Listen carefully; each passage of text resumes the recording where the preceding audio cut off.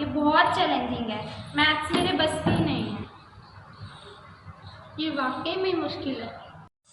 ये इस तरीके से नहीं हुआ तो क्या हुआ? मैं इसे किसी दूसरे तरीके से ट्राई करती हूँ। मुझे मेरे पर पूरा भरोसा है। मैं इसे कर सकती हूँ।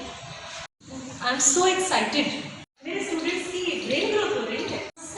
नमस्ते बेटा, बैठो बच्चों बैठो। मुझे ये देख के बहुत खुशी हो रही है कि मेरे बच्चों की ब्रेन ग्रोथ हो रही है। सच में मैम? बिल्कुल। आप इतने चैलेंजिंग टास्क पर काम जो कर रहे हो। मैम, चैलेंजिंग टास्क और ब्रेन ग्रोथ वो कैसे?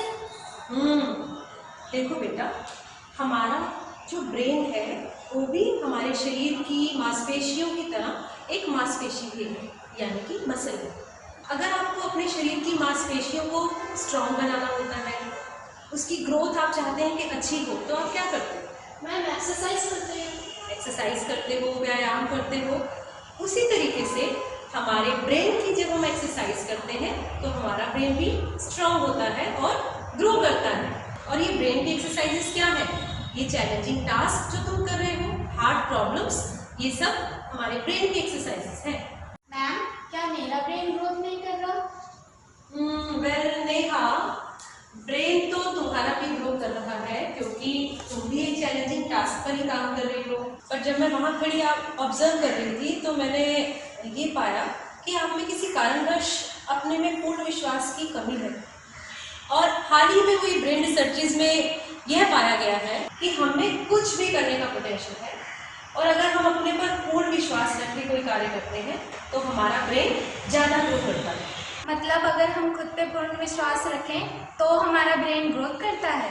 बिल्कुल। आपसे मैं ये कहूँगी, मुझे खुद पे पूरा भरोसा है और मैं ये कर सकती हूँ। नमस्कार प्यारे बच्चों, ब्रेन रिसर्च से ये साबित हुआ है कि कोई बच्चा इंटेलिजेंट पैदा नहीं होता, वो इंटेलिजेंट बनता है अपने आप सोचकर काम करने से। जब अपने आप करता है तो उसमें गलतियां हो सकती हैं, पर जब हम उन गलतियों को ठीक करते हैं, सोचते हैं, तो हमारे दिमाग में एक आग जलती है। ये आग हमारे दिमाग को तेज करती है। आप केवल इतना याद रखो कि कोई भी गलती होने पर, किसी भी परिस्थिति में मैं कर सकता हूं। हां, मैं कर सकता हूं। Yes, I can do it. Thank you.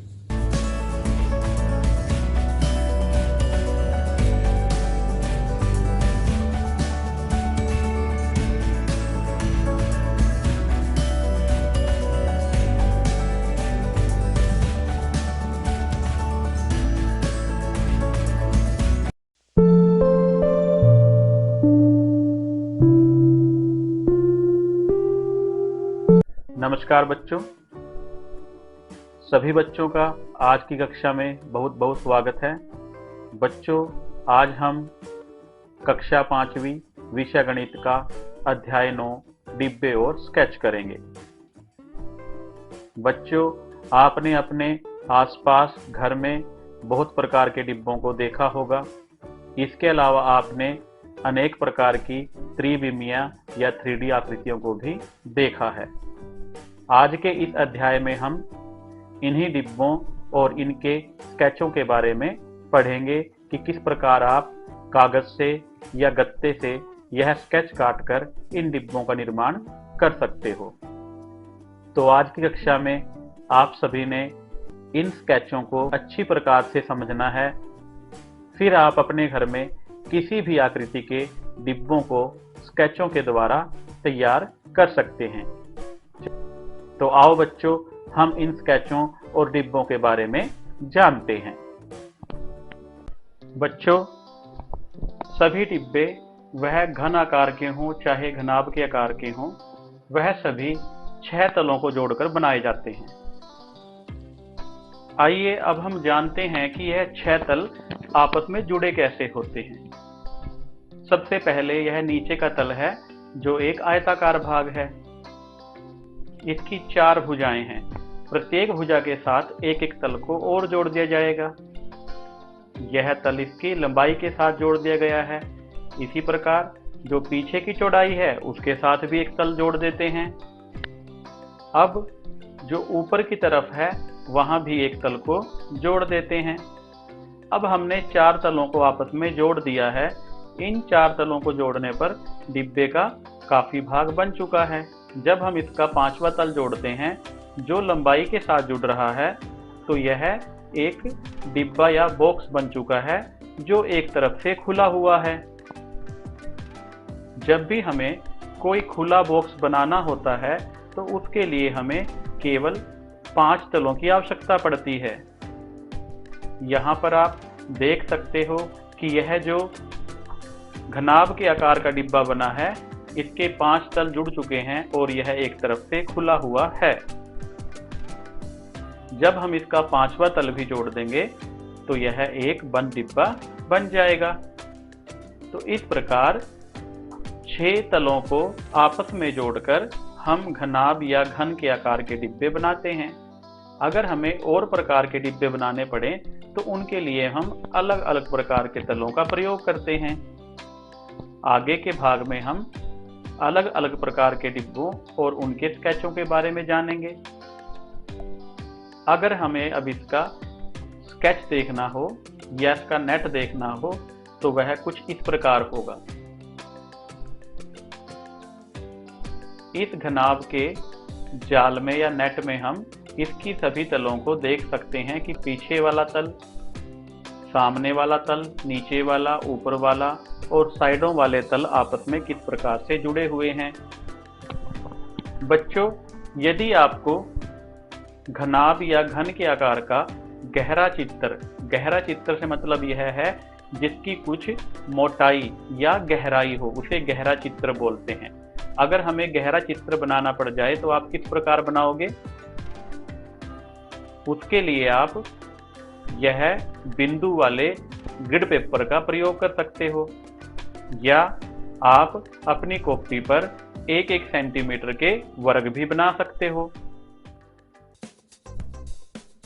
जब आप 1-1 सेंटीमीटर के वर्ग बना लोगे तो फिर आपने अपना बॉक्स बनाने के लिए एक भुजा की लंबाई निर्धारित करनी है। यहाँ पर मैं 4 वर्गों के लंबाई के बराबर भुजा की लंबाई ले रहा हूँ। मैं यहाँ पर घन के आकार का बॉक्स बनाऊंगा और मैंने उसकी प्रत्येक भुजा को 4 सेंटीमीटर के बराबर लिया है। इसी प्रकार हम जब इस वर्ग को बनाएंगे तो वर्ग की दोनों भुजाएं इस पर सीधी खड़ी हो जाएंगी। यह पहली भुजा है, यह भी 4 सेंटीमीटर है। इसी प्रकार दूसरी भुजा है। अब हम ऊपर की भुजा को भी मिला देंगे। यह आपका 4 सेंटीमीटर लंबाई और 4 सेंटीमीटर चौड़ाई का वर्ग बनकर तैयार हो गया। इसी प्रकार आपने यहाँ पर मध्य में एक और वर्ग इसी प्रकार बनाना है जिसका आधा भाग इस वर्ग के अंदर हो और आधा भाग वर्ग से बाहर हो। तो उसके लिए आप पहली लाइन इस प्रकार खींचोगे। आपने इस वर्ग के मध्य से एक लाइन खींचनी है। मैंने 2 सेंटीमीटर की लंबाई वर्ग के अंदर ली है और 2 सेंटीमीटर की लंबाई वर्ग से बाहर ली है। इसी प्रकार इसके ऊपर 2 खड़ी रेखाएं बन जाएंगी और इन दोनों खड़ी रेखाओं को जब आपस में मिलाएंगे तो यह वर्ग बनकर तैयार हो गया। जब आप इस प्रकार 2 वर्ग बना लोगे तो इसके कोनों को आपस में जोड़ दीजिए। यहाँ पर मैंने पहला कोना जोड़ दिया। इसी प्रकार दूसरा कोना जोड़ दीजिए। अब अगले वाला कोना भी जोड़ दीजिए और यह बाहर वाला कोना भी जोड़ दीजिए। यह घन के आकार का बॉक्स है जो बनकर तैयार हो गया। इस प्रकार आप अपनी कॉपी पर गहराई वाले या 3D त्रिविमीय चित्र बना सकते हो। जैसे हमने यह बॉक्स बनाया है घन के आकार का, तो यह बच्चा देख रहा है कि उसके सामने एक स्केच बना हुआ है और इस स्केच को मोड़कर एक डिब्बा बनाया जा सकता है। इस आकृति से डिब्बा बन जाता है। परंतु यहाँ पर इस बच्चे ने 4 और स्केच बनाए हैं डिब्बा बनाने के लिए। तो अब आपने बताना है कि इन चारों में से कौन सा स्केच सही है जिसको मोड़कर डिब्बा बनाया जा सकता है। इसके लिए आप क्या कर सकते हो, इन सभी स्केचों को अपनी कॉपी पर बनाइए और कैंची से काटकर इसको मोड़कर देखिए कि उन स्केचों से डिब्बा बनता है या नहीं बनता है। जिस स्केच से डिब्बा ठीक बन जाएगा वही आपका सही उत्तर होगा। इसके लिए मैं आपकी थोड़ी सहायता कर देता हूं। यहां पर घन के आकार का बॉक्स बनाने के लिए बहुत सारे स्केचों का प्रयोग किया जा सकता है। यहाँ पर स्क्रीन पर आप 1 2 3 4 5 6 7 8 9 स्केच यहाँ पर दिखाए गए हैं। अगर आप इस प्रकार के वर्ग अपनी कॉपी पर बनाओ जो 1-1 सेंटीमीटर के वर्ग हैं, इसी प्रकार आप 2-2 सेंटीमीटर के भी ले सकते हो या उससे बड़े वर्ग भी ले सकते हो। इन आकृतियों को कैंची की सहायता से काट लीजिए, पर ध्यान रहे आपने यह वर्ग मोटे कागज से काटने हैं, क्योंकि तभी मोड़कर इनका अच्छा बॉक्स बनाया जा सकता है। इसके अलावा और भी स्केच हो सकते हैं, यह भी स्केच हैं। इन स्केचों से भी डिब्बे बनाए जाते हैं, क्योंकि यहाँ पर इन स्केचों में प्रत्येक बॉक्स एक वर्ग के आकार का है, इसलिए इन स्केचों को मोड़कर घन के आकार के डिब्बे बनेंगे। आप सभी इन डिब्बों को बनाने की कोशिश कीजिए। पेंसिल के द्वारा मोटे पेपर पर इस प्रकार के स्केच बनाइए। हर एक स्केच में जो वर्ग बनाओगे उसकी आपने लंबाई चौड़ाई बराबर रखनी है। आप अपनी इच्छा से 1 सेंटीमीटर, 2 सेंटीमीटर या 3 सेंटीमीटर ले सकते हो। जब आप यह स्केच बना लोगे तो उसे कैंची से काट लीजिए और काटने के बाद जहां जहां लाइन लगी हुई है वहां वहां से उसे मोड़ दीजिए और मोड़ने के बाद देखिए कि क्या आपका डिब्बा बन चुका है और फिर उस डिब्बे में आप सुंदर सुंदर रंग कीजिए। तो इस प्रकार आप अनेक प्रकार के स्केचों के द्वारा घन के आकार के डिब्बे बना सकते हो। यहाँ पर हम इसमें से एक स्केच ले रहे हैं और उससे डिब्बा तैयार करेंगे। यह मैंने एक क्रॉस के आकार स्केच लिया है। इस स्केच को आप आसानी से बना सकते हो। आप भी मेरे साथ इसे बना सकते हो। इसके लिए बस आपने क्या करना है, ऐसे 6 वर्ग बनाने हैं और उनको फिर कैंची से ऐसे काट लेना है। अब आप जहां पर लाइन लगी है वहां से पहला वर्ग मोड़ना शुरू करेंगे। उससे पहले हम इसमें कुछ रंग भर लेते हैं। मैंने यहाँ हर एक तल में अलग अलग रंग भर लिया है ताकि मोड़ते समय हमें ध्यान रहे कि हम कौन से तल को पहले मोड़ रहे हैं। तो सबसे पहले हम जो बराबर का संतरी रंग का भाग है उसको ऊपर की ओर मोड़ते हैं। आप भी इसे इसी प्रकार मोड़िए। अब हम जो पीछे का नीले वाला भाग है, जो गहरा नीला भाग है, इस तल को ऊपर की ओर मोड़ेंगे। अब हमने 2 तलों को ऊपर की ओर मोड़ लिया है। इसके बाद जो हल्के हरे रंग का तल है इसको भी ऊपर की ओर मोड़ लीजिए। अब आपको लग रहा है ना, हमारा बॉक्स बनकर तैयार होने वाला है, क्योंकि इसके 3 तरफ तो तल जुड़ चुके हैं। अब हमें इसके सामने का जो हल्का गुलाबी रंग का तल है इसको भी ऊपर की ओर मोड़ देना है। अब आप देखो ध्यान से, यह हमारा खुला बॉक्स बन चुका है और यह देखने में बहुत सुंदर भी लग रहा है।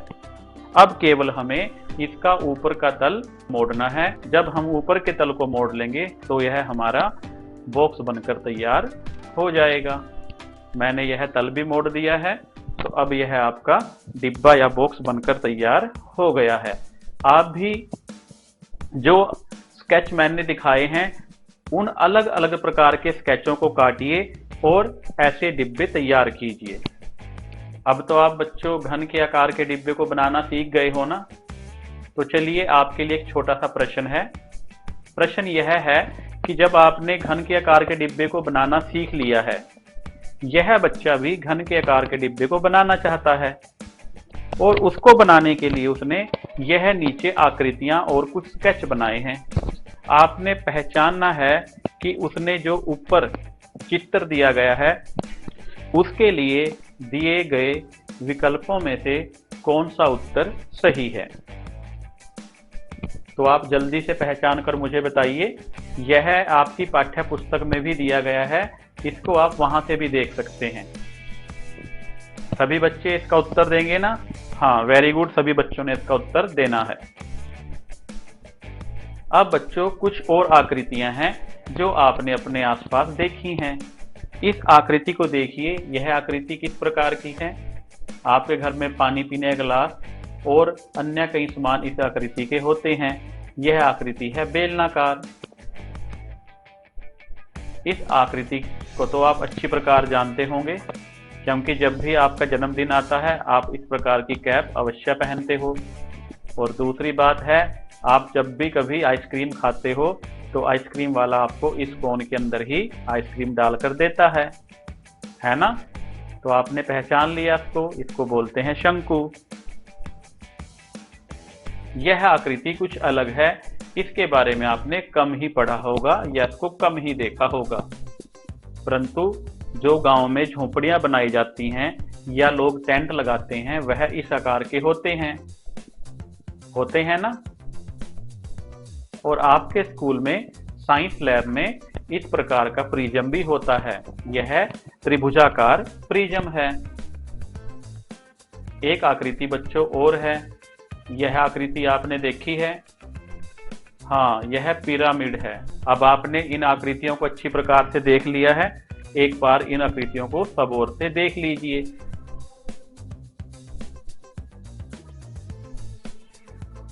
तो यह आकृतियां आप लोगों ने अच्छी प्रकार से देख ली हैं। तो क्या बच्चों अब आप बता सकते हो कि यह आकृतियां किस प्रकार के स्केचों से बनी होंगी? हाँ, मेरा अगला प्रश्न यही है, आपने यह बताना है कि यह आकृतियां किस प्रकार के स्केचों से बनी हुई हैं। इसके लिए हम आगे चलते हैं। यहां पर देखिए, वही चारों आकृतियां यहां पर दी गई हैं।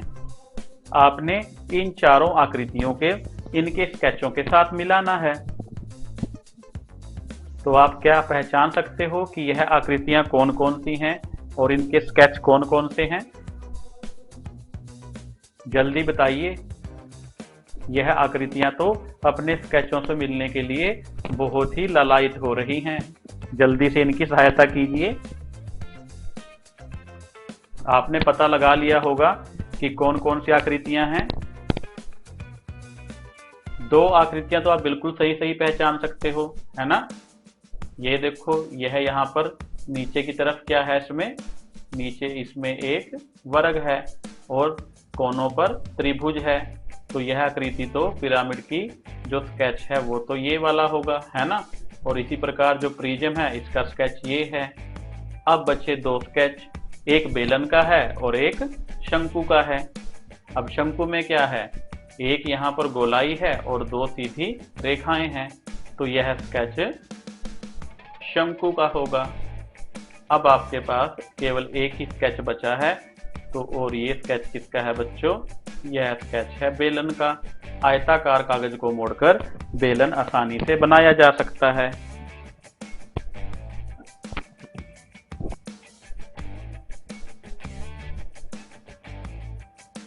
चलो बच्चों, एक छोटा सा खेल खेलते हैं।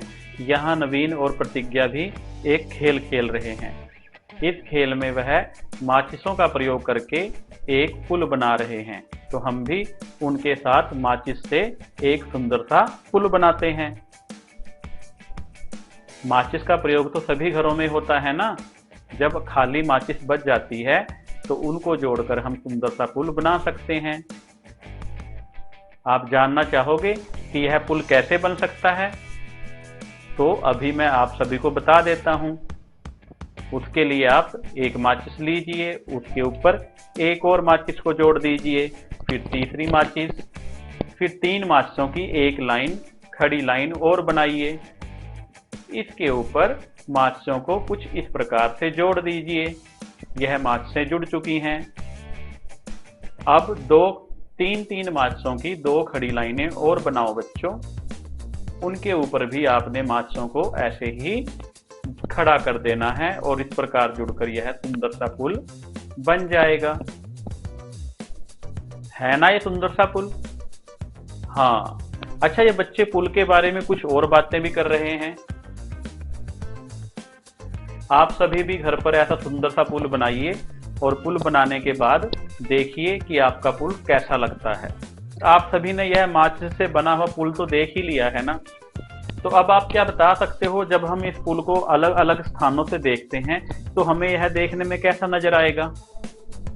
यहाँ पर नवीन और प्रतिज्ञा भी इसी बारे में बातचीत कर रहे हैं कि जब वह पुल को एक तरफ से देखते हैं उनको कुछ ऐसा नजर आता है, जब वह उसको ऊपर से देखते हैं उनको इस तरह से नजर आता है। यहाँ पर इस भाग में आप देख सकते हो कि जब हमने कि यह जो माचिस का पुल है, जब इसको अलग अलग स्थानों से देखते हैं तो यह कैसा नजर आता है। जब हम इसको साइड से देखते हैं तो हमें इसका यह भाग नजर आता है। इस प्रकार हम साइड से देखने पर यह बता सकते हैं कि यह पुल कितना ऊंचा है और इसकी लंबाई कितनी है। परंतु साइड से देखने पर हमें पुल के बारे में यह पता नहीं चलता कि यह पुल कितना चौड़ा है। तो पुल की चौड़ाई पता करने के लिए हमें पुल को कहां से देखना पड़ेगा? पुल को देखना पड़ेगा हमें ऊपर की ओर से। जब हम साइड से देखते हैं तब तो हमें पुल के बारे में केवल उसकी ऊंचाई और लंबाई का ही ज्ञान होता है। तो इसकी चौड़ाई का पता करने के लिए हमें पुल को ऊपर की ओर से देखना पड़ेगा, है ना। जब हम ऊपर से देखते हैं तो हमें पुल की लंबाई और पुल की चौड़ाई के बारे में पता चल जाता है। बच्चों, अब आप अपने द्वारा बनाए गए माचिस के पुल को अलग अलग जगहों से देखो और वहां से देखने पर वह आपको कैसा लगता है उसके चित्र आप अपनी कॉपी में बनाइए और उनमें सुंदर सुंदर रंग भरिए। सभी बच्चे यह कार्य पूरा करेंगे और उसके बाद अपनी कॉपी मुझे दिखाएंगे। बच्चों, यह अभ्यास कार्य भी आप लोगों के लिए ही है। जब आपके पास माचिस हैं तो माचिस से आप कुछ इस प्रकार के जो मॉडल हैं वह बनाओ और फिर देखो कि वह देखने में कैसे लगते हैं। तो यहाँ पर हमें जो मॉडल आप बनाओगे उसके 3 चित्र दिए गए हैं। जब हम उसको ऊपर से देखेंगे तो देखने में ऐसा लगेगा, जब हम उसको सामने से देखेंगे तो देखने में ऐसा लगेगा और साइड से देखने पर इस प्रकार से नजर आएगा। तो क्या अब आप अपनी कॉपी पे इन चित्रों की सहायता से एक गहरा चित्र बना सकते हो? गहरा चित्र वह होता है जिसमें लंबाई, चौड़ाई और ऊंचाई तीनों विमाएं साफ साफ पता चल जाती हैं। तो आप जैसे हमने पीछे पुल का चित्र बनाया था तो उसी प्रकार आप भी इस चित्र को बनाने की कोशिश कीजिए। आप इसको ठीक प्रकार से बना लोगे और उसके बाद आप मुझे इसको दिखा सकते हो। सभी बच्चों ने यह कार्य जरूर से पूरा करना है। यह देखो बच्चों, यह है फर्श का नक्शा। तो आपने मकान को बनते हुए जरूर देखा होगा। सबसे पहले हम फर्श का नक्शा ही तैयार करते हैं और फर्श के नक्शे से ही हमें पता चलता है हमारा मकान किस प्रकार का बनेगा, उसमें दरवाजा कहाँ पर होगा और खिड़कियां कहाँ कहाँ लगाई जाएंगी। अब आप इस फर्श के नक्शे को ध्यानपूर्वक देखिए कि इसमें आपको क्या क्या नजर आता है। अगर आप इसको ध्यान से देखो तो इसका जो सामने का भाग है इसकी चौड़ाई कम है और इसके दोनों साइडों में बराबर जगह छोड़ी गई है। यहाँ से यहाँ तक जगह बराबर है और इसी प्रकार यहाँ से यहाँ तक भी जगह बराबर है। दूसरा, छोटे भाग में कोई दरवाजा नहीं है, केवल 2 खिड़कियां हैं, एक खिड़की पीछे की ओर और एक खिड़की सामने की ओर। पिछला भाग अधिक चौड़ा है और इसमें सामने की ओर एक दरवाजा लगा हुआ है और सामने की ओर एक खिड़की भी है। इसमें साइड में कोने में एक खिड़की भी बनाई गई है। यह खिड़की कोने में है, ना कि बीच में।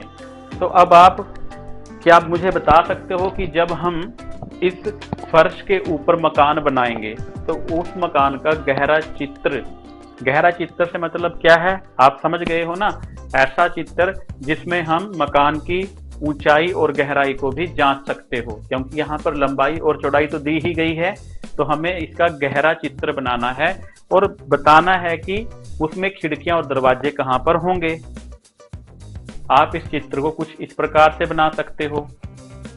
ये बिल्कुल है ना वैसा ही। आप ध्यान से देखो, जब आप दोनों चित्रों को देखते हो तो आपको यह देखने में वैसा ही नजर आता है। इसमें जो सामने का भाग है यह कम चौड़ा है, ऐसा ही है ना, और इसके बराबर में दोनों तरफ बराबर जगह छोड़ी गई है जैसे इसमें है। और जो सामने का कम चौड़ा भाग है इसमें एक खिड़की सामने की ओर लगी है और एक खिड़की पीछे की ओर है, क्योंकि जो गहरा चित्र होता है उसमें सामने की वस्तु तो हम दिखा सकते हैं परंतु जो पीछे की ओर है वह नजर नहीं आएगी। फिर यह चौड़ा भाग है। चौड़े भाग में क्या है, सामने की ओर एक दरवाजा है और सामने की ओर एक खिड़की है। इसमें पिछली दीवार में कोने में यहाँ एक खिड़की और दी गई है, उसे हम यहाँ पर नहीं देख पा रहे हैं। तो अब आप समझ गए हैं ना कि यह फर्श के नक्शे पर ही मकान बनाया जाता है और यह इस फर्श के नक्शे का गहरा चित्र है। क्या आप इस मकान को अंदर से भी देखना चाहोगे? परंतु उससे पहले आपको मेरे एक प्रश्न का उत्तर देना पड़ेगा। चलिए देखते हैं। यह उसी मकान का फर्श का नक्शा और उसी का गहरा चित्र है।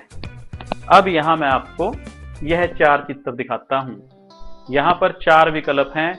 यहाँ पर घर ए, फिर घर बी, घर सी और घर डी बनाए गए हैं। तो आपने यह बताना है कि ऊपर दिए गए नक्शे पर कौन सा मकान बनाया गया है। दिए गए विकल्पों में से सही उत्तर को चुनना है।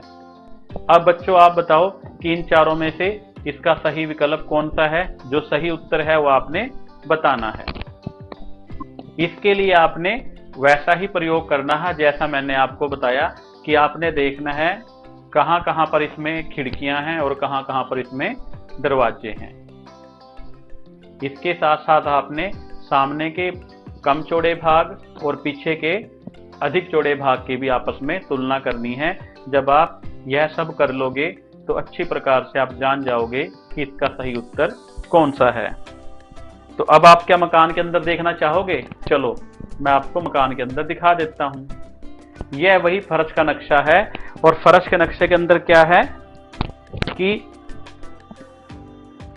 हम कुछ भाग नहीं देख पा रहे थे, तो हमने क्या किया, इसके अंदर देखने के लिए इसका एक ट्रांसपेरेंट चित्र बनाया है। इसमें यह जो 2 खिड़कियां थी, एक खिड़की यह है पीछे वाली जो पीछे की दीवार में है, ये यहाँ पर नजर आ रही है, और एक सामने का जो कम चौड़ा भाग था एक खिड़की उसमें है।